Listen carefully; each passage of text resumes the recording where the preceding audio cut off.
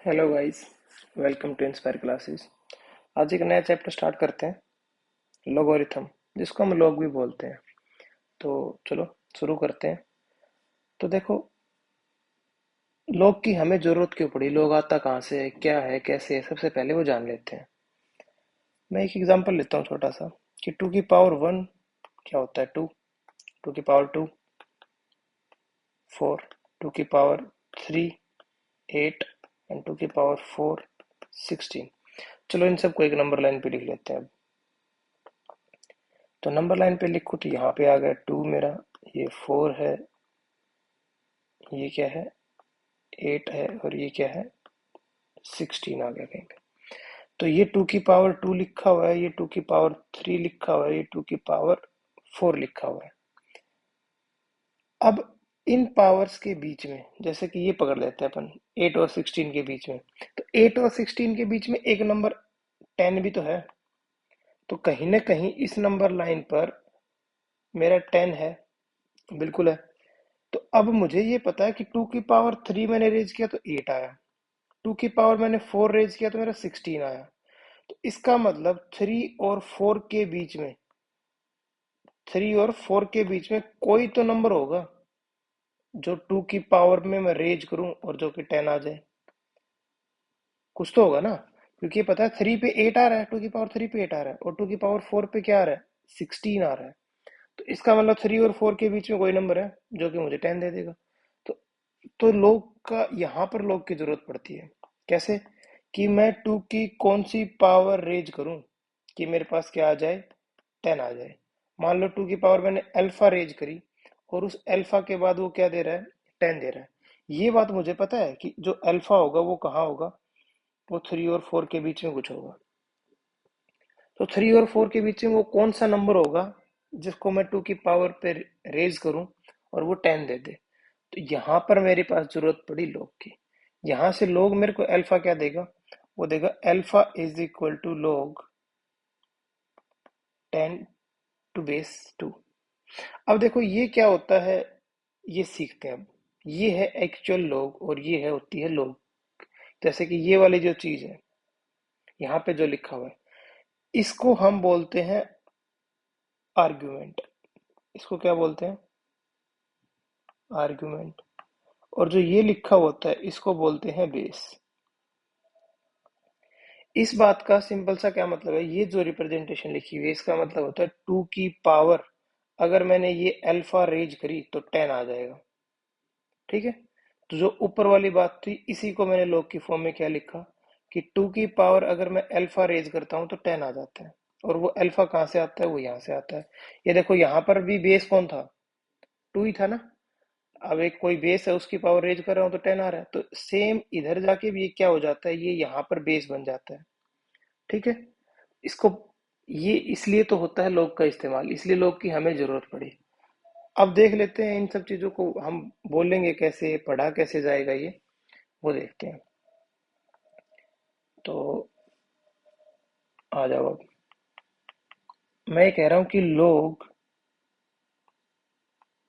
a to the base b, ये इसको कैसे पढ़ा जाएगा, लिखते हैं चलो। Is read as log a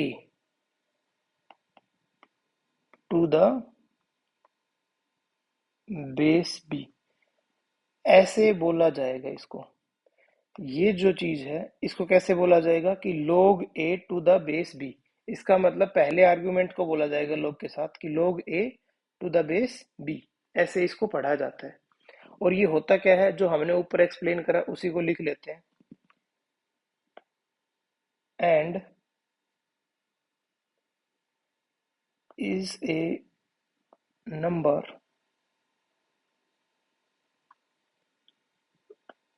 when raised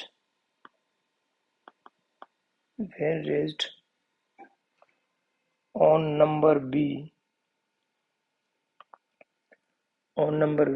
will produce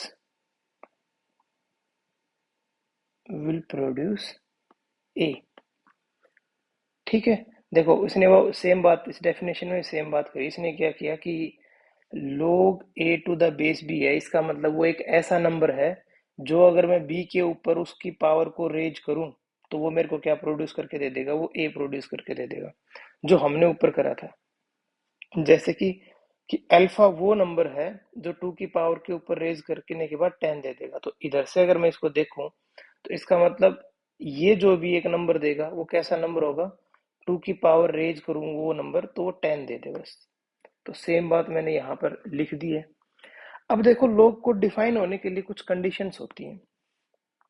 वो कंडीशन क्या होती हैं, हमारे पास ऐसे लिखा है, मान लो लोग बी ए, मुझे इसको डिफाइन कराना है। तो दो कंडीशन होती हैं।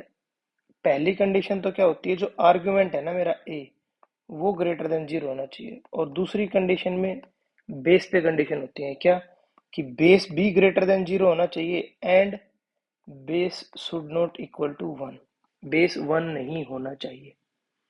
ठीक है, क्यों? मान लो कोई एक एग्जांपल ले लेते हैं, इसके लिए भी रफ सा कोई एग्जांपल ले लिया मैंने, कि मैं ये कह रहा हूँ कि बेस वन है मेरा, तो इसका मतलब वन की मैं कोई पावर अल्फा रेज करूं और मैं चाहता हूं कि वो टू आ जाए। तो क्या ऐसा पॉसिबल है क्या कभी, कि मैंने वन की कोई पावर अल्फा रेज करी और वो टू आ गया? Is it possible? वो बिल्कुल पॉसिबल नहीं है, इसलिए ही हम बेस को वन नहीं लेते हैं। ऑन द सिमिलर वे तुम सोच सकते हो कि नेगेटिव भी क्यों नहीं लेते हैं। ठीक है, और ऐसे ही ये सेम लॉजिक से ए पॉजिटिव का भी लॉजिक तुम्हें पता लग जाएगा। ये होगी चीज। अब इसको लिख लेते हैं कि इन लोगों को बोलते क्या क्या है, कि लोग बी ए, ये हो गया मेरे पास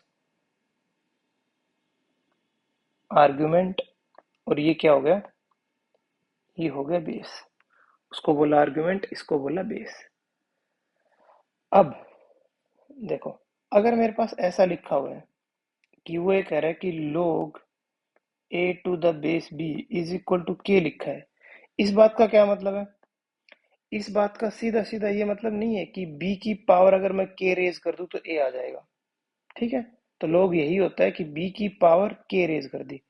देखो, जो यहाँ पर बेस था ना वो आगे चल के भी बेस ही बनेगा। तो यहाँ से क्या आ जाएगा कि b की पावर मैंने k रेज करी तो वो आ गया मेरे पास a। ठीक है, इसको तुम दूसरे एंगल से कैसे याद रख सकते हो, वो तुम ऐसे याद रख सकते हो कि आर्ग्यूमेंट है ना, argument is will be equal to base, जो भी बेस है उसका, उसकी पावर में कौन होगा, जो राइट हैंड साइड है। ठीक है, ये देख लो, ये वाला रूल फॉलो करता है। ठीक है, तो ये सिंपल सिंपल लोग था, लोग की डेफिनेशन थी, लोग कब कब डिफाइन होता है और लोग होता क्या है, ये हमने सीख लिया। अब हम आगे बढ़ते हैं, एक एग्जांपल लेते हैं हम छोटा सा। वो एग्जांपल मैं कह रहा हूँ कि अगर ऐसा लिखा हुआ है कि log ऑफ एक्स, बेस है उसका, और एक्स स्क्वेयर प्लस कुछ भी ले लो, टू ले लो चलो, और is equal to x to the power four लिखा है, तो क्या होगा, ये किस चीज को रिप्रेजेंट कर रहा है, ये रिप्रेजेंट कर रहा है कि एक्स स्क्वेयर प्लस टू। चलो यहाँ पर एक नंबर ले लेते हैं, instead of this x four एक नंबर ले लेते हैं तो ज़्यादा इजी रहेगा हमारे लिए, बेटर दिखेगा। यहाँ पे मैंने कुछ भी एक नंबर ले लिया, मान लो 5 ले लिया। तो अब देखो, अब ये क्या बना, x square plus two is equal to x to the power 5। इसने एक ही क्या दे दी मेरे पास, एक इक्वेशन दे दी। यही होता है लोग, चाहे वो एक नंबर की फॉर्म में हो, जैसे यहाँ पर मैंने नंबर की फॉर्म में किया था, तब भी ये वैलिड है। और या फिर ये मेरे पास एक्स वाई वेरिएबल की फॉर्म में आ जाए, कुछ पोलिनोमियल टाइप आ जाए, तब भी ये वैलिड रहता है। लोग हम दोनों साइड ले सकते हैं। ठीक है, कुछ भी हो जाए। अब कुछ एक क्वेश्चन कर लेते हैं बेसिक बेसिक लॉग के ऊपर, कि क्या होते हैं, फिर आगे चलेंगे। आ जाओ। तो क्वेश्चन लाइन अप में मुझे, मैं क्या कह रहा हूँ, find the value of following, find the value of followings. तो फर्स्ट देखो, फर्स्ट में मैं कह रहा हूं कि लोग 2 और यहाँ पर हम ले लेते हैं 64। ये बताना है मुझे कि इसकी वैल्यू क्या होगी। log 64 to the base 2 इसकी वैल्यू क्या होगी। अब देखो, मान लो मुझे इसकी वैल्यू नहीं पता ना, मैंने एक बारी के लिए इसको बोल दिया कि ये अल्फा है। तो अभी अभी हमने डेफिनेशन में क्या देखा था, वो ये देखा था कि 64 किसके इक्वल होगा, वो होगा भैया 2 की पावर अल्फा। मतलब 2 की पावर अगर मैं अल्फा रेज कर दूं, 2 की पावर अल्फा रेज करने पे 64 आएगा। डेफिनेशन यही कह रही है। तो 2 की power alpha is equal to 64। अब एक साइड 2 की पावर लिखी हुई है, तो क्या मैं लेफ्ट हैंड साइड को भी 2 की पावर की फॉर्म में लिख सकता हूँ क्या। बिल्कुल लिख सकता हूँ, क्योंकि 64 क्या होता है, 64 होता है 2 की पावर 6। तो अब दोनों को कंपेयर किया तो यहाँ से अल्फा इज इक्वल टू 6, तो अल्फा की वैल्यू क्या आ गई, 6 आ गई। और एक्चुअली में मुझे क्या चाहिए था, यही तो अल्फा था, और अल्फा ये पूरी वैल्यू ही अल्फा थी, तो अल्फा की वैल्यू कितनी आ गई, 6 आ गई। ठीक है, तो एक क्वेश्चन ये हो गया। अब दूसरा कर लेते हैं। दूसरा क्वेश्चन मैं कह रहा हूं कि अगर मेरे पास मान लो ये होता कि log ऑफ 5 और 125 इसकी वैल्यू पूछी थी, तो फिर से सेम क्या करो। एक्चुअल में तो ये कह रहा है कि 5 की क्या पावर रेज करूं मैं कि वो 125 आ जाए। तो 5 की कौन सी पावर 125 होती है, 5 की पावर 5 इंटू 5, 5 इंटू 5 25 इंटू 5 125। इसका मतलब कितनी पावर रेज करनी पड़ेगी मुझे, 3 रेज करनी पड़ेगी। और ऐसे भी समझ नहीं आ रहा हो तो वापस से एक काम करो, इसको अल्फा लिख दो। तो यहाँ से 5 to the power alpha is equal to 125, और 125 क्या होता है 5 की फॉर्म में 5 की पावर 3। तो दोनों को कंपेयर किया तो अल्फा इज इक्वल टू 3। तो यहाँ से मेरे पास क्या आ गया, अल्फा की वैल्यू 3 आ गई।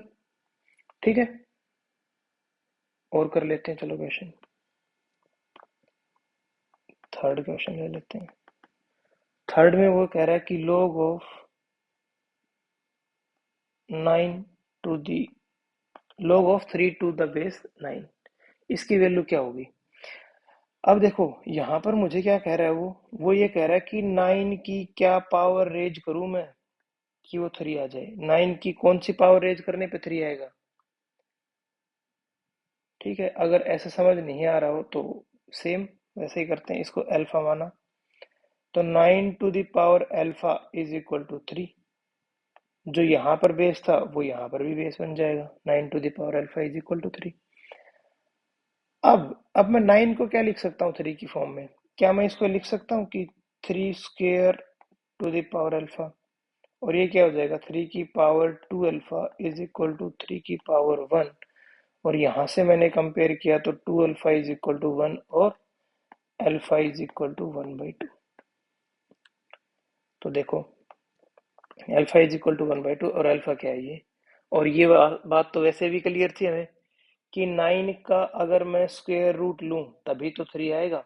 इसका मतलब 9 की हाफ रेज करूं मैं पावर, तभी तो 3 आएगा। तो वही आंसर आया मेरे पास कि हाफ आ गया आंसर। ठीक है, चलो और देख लेते हैं। फोर्थ, ये क्वेश्चन ये कह रहा है कि मेरे पास log of half to the base 64। ये देखो मैंने पहले ही क्वेश्चन को थोड़ा सा मोल्ड किया है, बताओ क्या आएगा।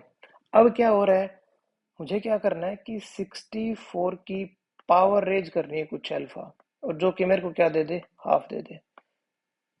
तो अभी देखो एकदम देखने से तो मुझे कुछ पता नहीं चल रहा है, तो मैं क्या करूं, अल्फा मान लूं इसे। मैंने अल्फा मान लिया, तो ये कितना आ गया, जो यहाँ बेस था वो आगे भी बेस बन जाएगा। इसका मतलब 64 to the power alpha is equal to 1/2। अब दोनों को 2 की फॉर्म में क्या लिख सकता हूँ, ये होता है 2 की पावर 6 और इसकी पावर अल्फा, और ये है 2 की पावर -1। तो अगर मैं यहां से कंपेयर करूं तो मेरे पास आ गया 6 alpha is equal to -1। This implies that alpha is equal to -1/6। तो मेरे पास क्या आंसर आ गया कि मैं 64 की अगर पावर -1/6 रेज कर दूं तो वो हाफ दे देगा रिटर्न में मुझे। ठीक है, ये हो गया। एक क्वेश्चन और कर लेते हैं। कौन सा नंबर था ये? फोर्थ, फिफ्थ कर लेते हैं चलो। फिफ्थ में मैंने किया कि log ऑफ बेस 81 है और 243, log ऑफ 243 बेस 81 क्या होता है? अब देखो, इन जनरल तो इंसान बता नहीं सकता ना कि 81 की क्या पावर रेज करूं मैं कि 243 आ जाए। ऐसा एकदम से बताना, आंख से देखते ही बताना तो पॉसिबल नहीं है। तो क्या करें? अल्फा मान लो इसे। अल्फा मान लेंगे तो क्या हो जाएगा? 81 to the power alpha is equal to 243।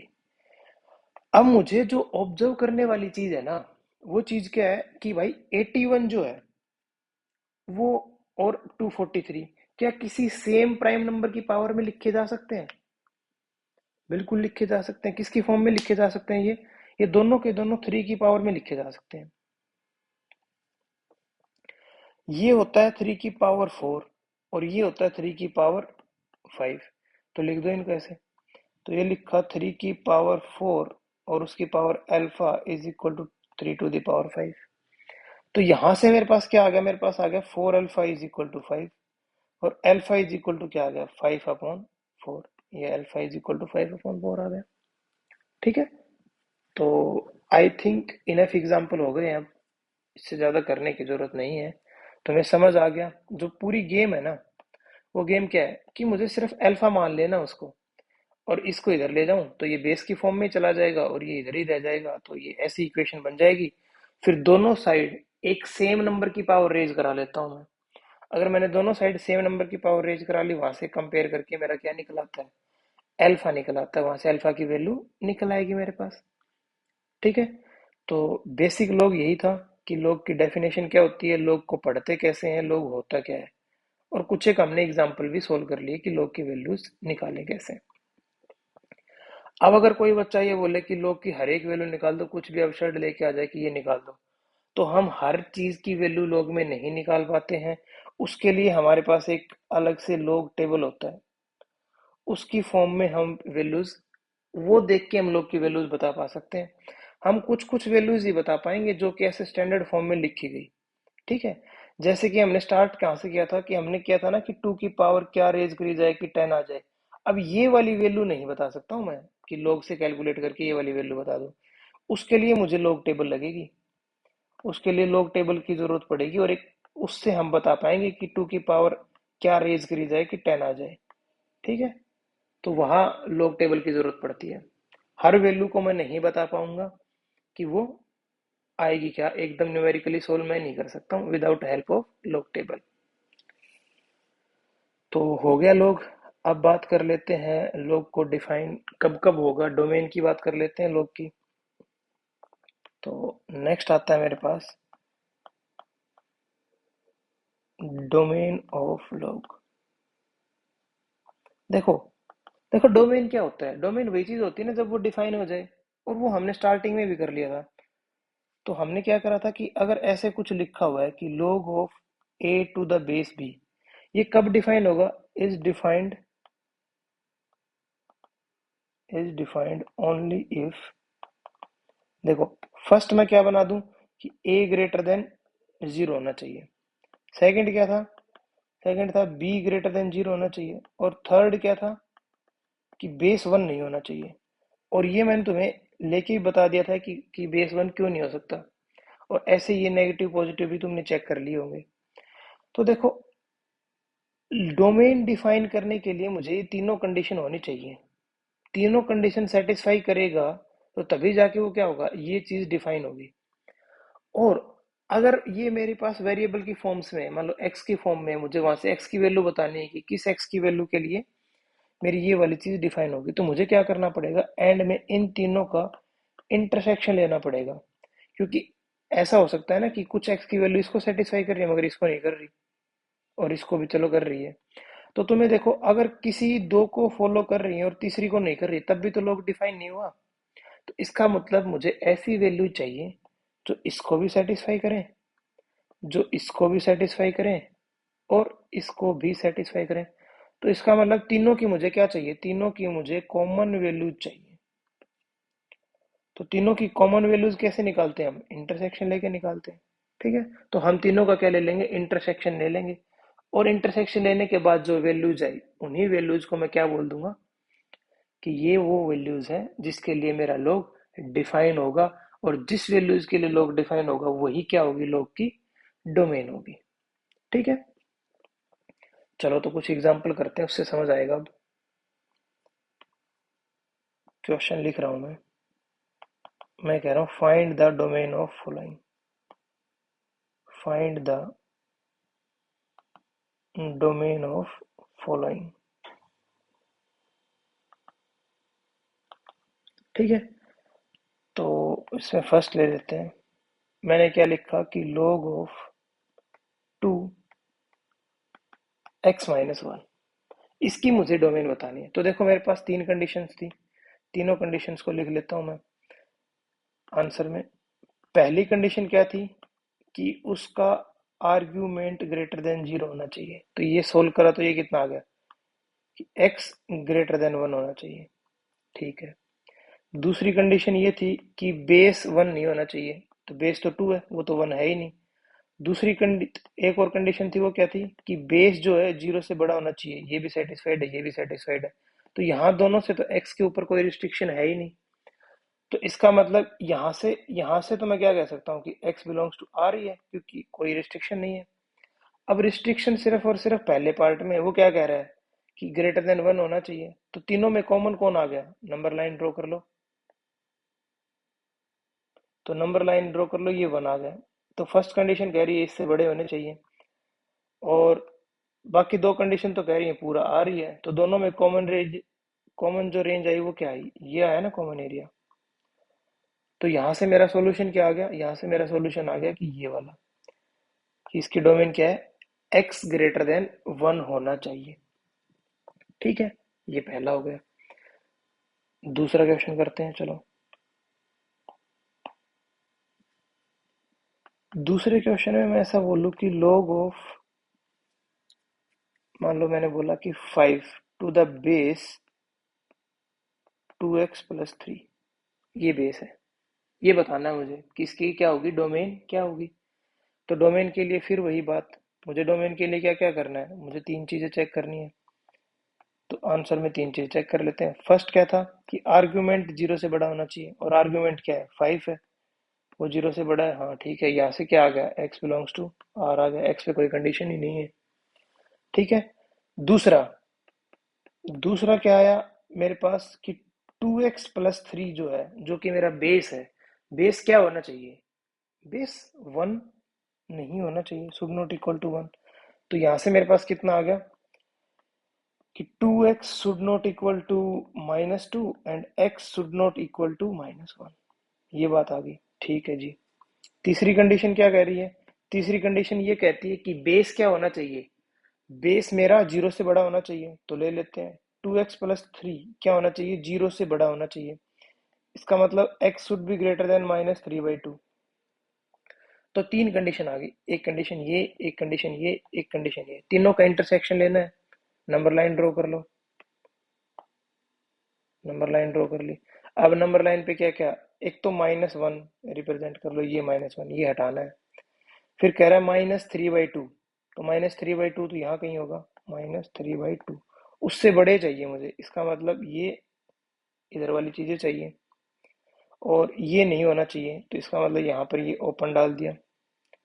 और और ये तो कह रहा है एक्स आर, तो ये तो आर तो पूरा ही है। तो कॉमन एरिया कौन आया? ये आ गया। और जिसमें से मुझे एक एलिमेंट हटाना है वो कौन? ये हटाना है। तो यहां से मैं क्या बोल सकता हूँ? टोटल इंटरसेक्शन मेरा क्या है कि डोमेन क्या आई मेरी?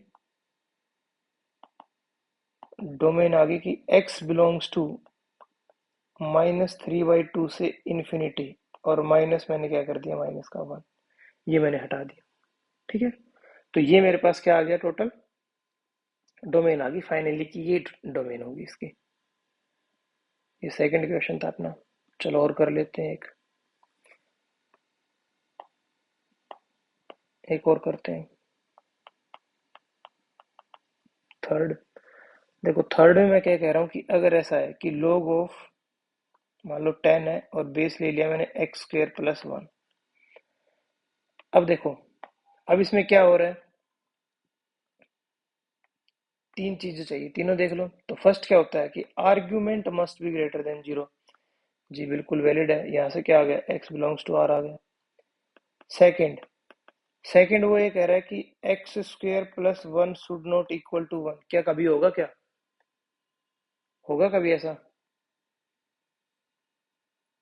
बताओ। हो सकता है ऐसा, कब हो सकता है, जब x is equal to zero हो। तो यहाँ से मुझे क्या करना पड़ेगा, जीरो घटाना पड़ेगा कि x belongs to r minus zero. Third क्या कह रहा है, थर्ड वो ये कहता है कि एक्स स्क्वेयर प्लस वन जो कि बेस है वो ग्रेटर देन जीरो होना चाहिए। ऐसा होगा क्या कभी, बिल्कुल ही होगा, हमेशा ही होगा। क्यों, क्योंकि देखो एक्स स्क्वेयर एक पॉजिटिव क्वांटिटी आएगी, और उस पॉजिटिव क्वांटिटी में मैंने वन और ऐड कर दिया, तो ये ओवरऑल तो वन से बड़ा हो गया ना, तो जीरो से तो बड़ा होगा ही। तो ये तो हमेशा वैलिड है। इसका मतलब यहाँ से भी क्या आ गया, एक्स बिलोंग्स टू आर आ गया। तो अब तीनों का इंटरसेक्शन देखो, इनका इंटरसेक्शन लेना तो बहुत ही आसान है। और वो क्या है, बस एक जीरो ही तो हटानी है। तो फाइनल जो आंसर आएगा मेरा, वो फाइनल आंसर यही आ जाएगा। ठीक है, तो ये डोमेन आ गई इस वाले क्वेश्चन के लिए। एक क्वेश्चन और कर लेते हैं। तो अगला क्वेश्चन क्या कह रहा है, ये कौन सा नंबर था, थर्ड। तो फोर्थ नंबर क्वेश्चन कर लेते हैं। देखो फोर्थ में चलो सब ले लेते हैं, थोड़ा थोड़ा सबका इस्तेमाल हो। कि मैंने ले लिया log ऑफ, आर्ग्यूमेंट है x माइनस वन, और x प्लस एट ले लेते हैं चलो, और नीचे भी ले लेते हैं x प्लस वन ले लेते हैं बेस। तो ये सब आ गया, ये मेरा आर्ग्यूमेंट है, ये मेरा बेस है। अब की बार वाले में थोड़ी सी सोल्विंग रहेगी, कर लेते हैं। तो मुझे सबसे पहले तो क्या चाहिए, मुझे सबसे पहले चाहिए कि मेरा जो बेस है वो क्या आना चाहिए, या argument, argument greater than zero होना चाहिए। तो पहली कंडीशन कि x minus one, x plus eight, ये क्या होना चाहिए, ये मेरा ग्रेटर देन, ये ग्रेटर देन जीरो होना चाहिए। तो इसके लिए हमने इनइक्वालिटी में सीखा था क्या करना है, एक नंबर लाइन रिप्रेजेंट करो, दोनों के फैक्टर लिखो। ऊपर भी लीनियर है नीचे भी लीनियर है, तो दोनों के फैक्टर मैंने लिख लिए। ऊपर वाले का फैक्टर क्या है, x is equal to one है, और नीचे क्या है, माइनस एट है। तो इसका माइनस एट रूट है, इसका रूट क्या है, वन है, तो दोनों के रूट को रिप्रेजेंट कर लिया, माइनस एट और वन। तो ये पॉजिटिव नेगेटिव पॉजिटिव। तो यहां से मेरे पास क्या क्या आया, मुझे चाहिए क्या, मुझे तो पॉजिटिव वाला एरिया चाहिए। तो इसका मतलब ये एरिया चाहिए और ये एरिया चाहिए। कलेक्टिवली इसको कैसे लिखूंगा, इसको लिख देता हूँ कि x belongs to minus infinity to minus eight union one to infinity. ठीक है, ये हो गया। आ जाओ सेकंड पे आ जाते हैं। सेकंड में क्या कह रहा होता है वो, सेकंड में ये कहता है कि जो बेस है ना, बेस है x plus one, should not equal to one. इसका मतलब x should not equal to zero. तो यहां से जो आया वो क्या आया कि x belongs to R minus zero, R minus zero आ गया। थर्ड, थर्ड मेरे पास क्या आया, थर्ड वो बोलेगा कि जो बेस है x प्लस वन वो ग्रेटर देन जीरो होना चाहिए। तो यहाँ से कितना आ गया कि x greater than minus one होना चाहिए। अब तीन कंडीशन आ गई। तीन कंडीशन कौन सी, पहली कंडीशन ये है, दूसरी ये है, और तीसरी ये। इन तीनों का इंटरसेक्शन लेके देख लेते हैं। इंटरसेक्शन के लिए क्या करता हूँ मैं, एक नंबर लाइन ड्रॉ कर लेता हूँ। तो एक नंबर लाइन ड्रॉ कर ली, सबके पॉइंट्स को मेंशन कर लो। सबके पॉइंट्स को मेंशन करने के लिए एक तो ये जीरो मेंशन करनी पड़ेगी, एक माइनस वन करना पड़ेगा, एक माइनस एट करना पड़ेगा, और एक करना पड़ेगा वन। अब देखो अब की बार अलग अलग कलर से कर लेते हैं, थोड़ा सा आसानी रहेगी हमें। तो सबसे पहले मैं आर्ग्यूमेंट वाला पॉइंट लिख रहा हूँ। आर्ग्यूमेंट वाला क्या था, ये कि माइनस इन्फिनिटी से माइनस एट। तो ये वाला रीजन आ गया यहाँ तक, और ये पीछे चलता ही जा रहा है। और फिर क्या है, वन से इन्फिनिटी, तो वन से इन्फिनिटी मार्क कर लिए दोनों।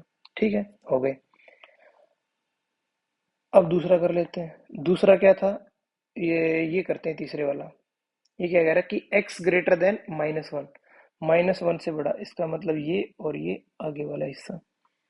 ठीक है, तो कर लिया। ये यहाँ से शुरू होके ये आगे तक गया, ये वाला हिस्सा। अब ये तीसरा जो कह रहा था वो ये कह रहा था कि जीरो को हटा दो। तो जीरो को हटा दो, इसका कौन आया, इसका टोटल आ गया ये वाला। अलग रंग पकड़ता हूँ मैं, ये वाला। जीरो को ही तो हटाना है बस।